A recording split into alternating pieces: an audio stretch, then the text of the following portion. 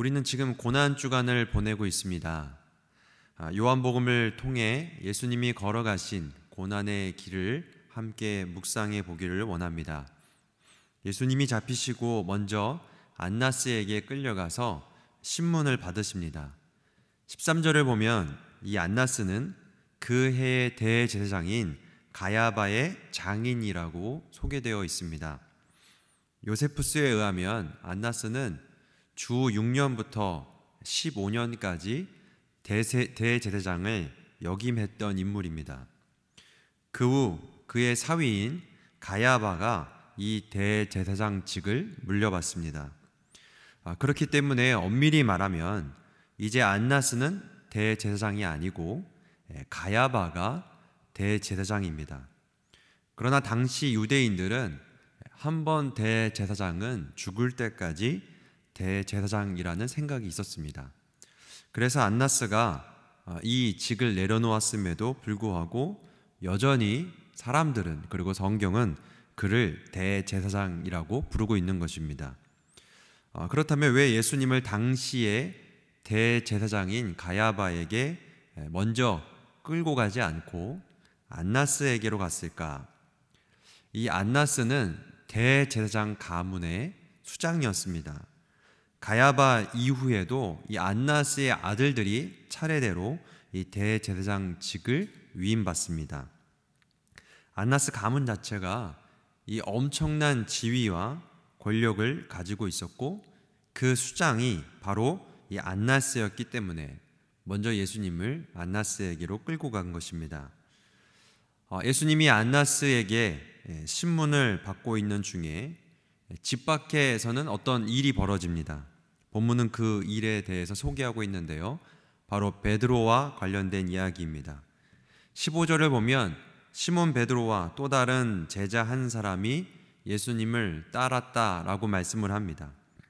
여기 또 다른 제자가 누구인지는 모르겠지만 요한복음의 다른 곳에서는 주님이 사랑하시는 제자로 소개된 그 사람과 동일 인물이 아닐까 추정합니다.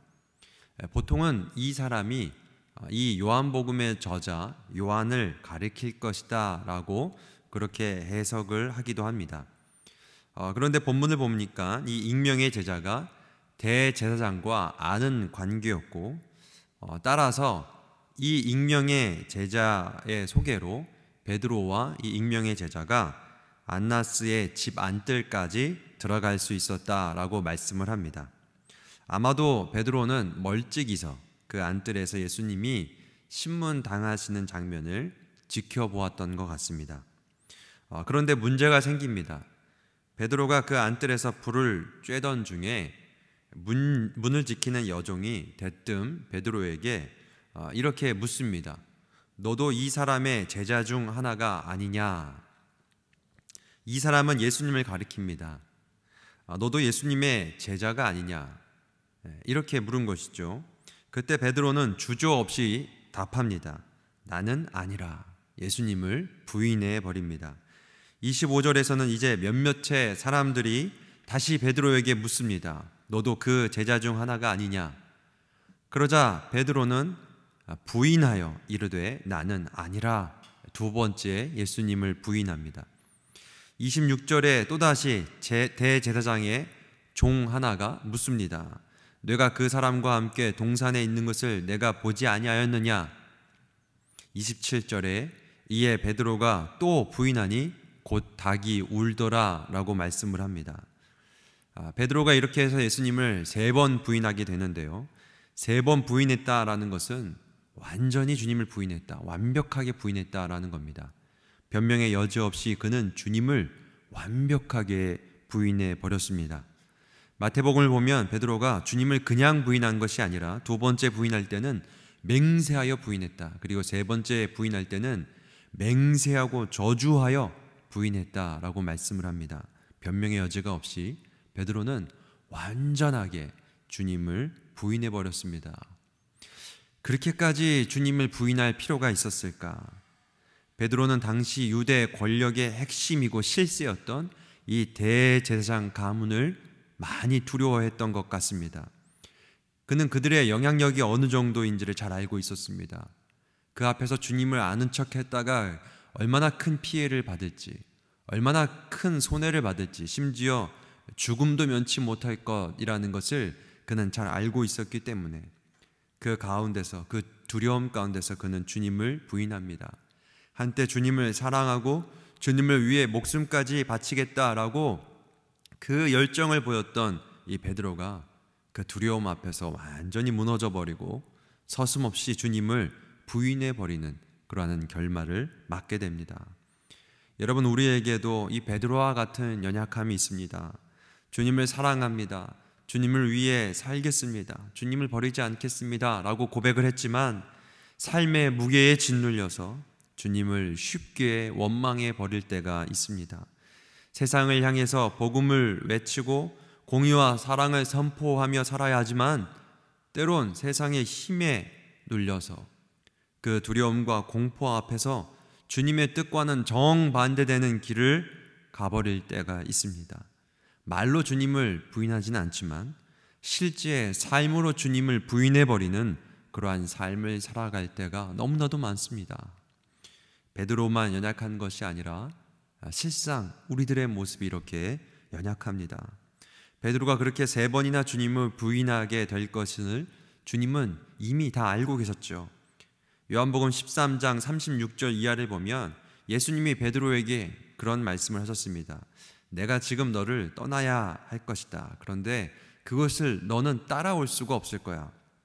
그러자 베드로가 그렇게 말했습니다. 내가 어찌하여 주님을 따라갈 수 없다고 말씀하십니까?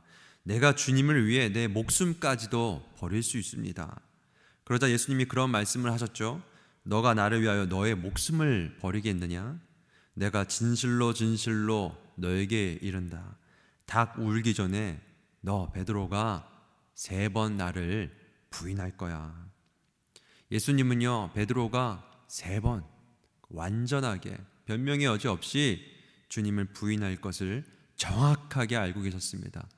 그냥 부인하는 것이 아니라 맹세하여 부인하고 저주하며 부인할 것을 예수님은 정확하게 알고 계셨습니다.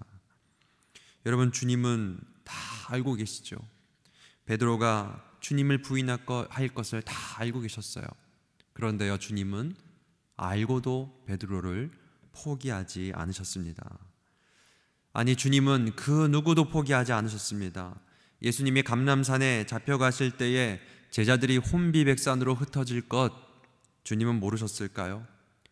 제자들이 각자 주님을 다 떠나서 자기들의 생업으로 돌아갈 것 주님이 모르셨을까요?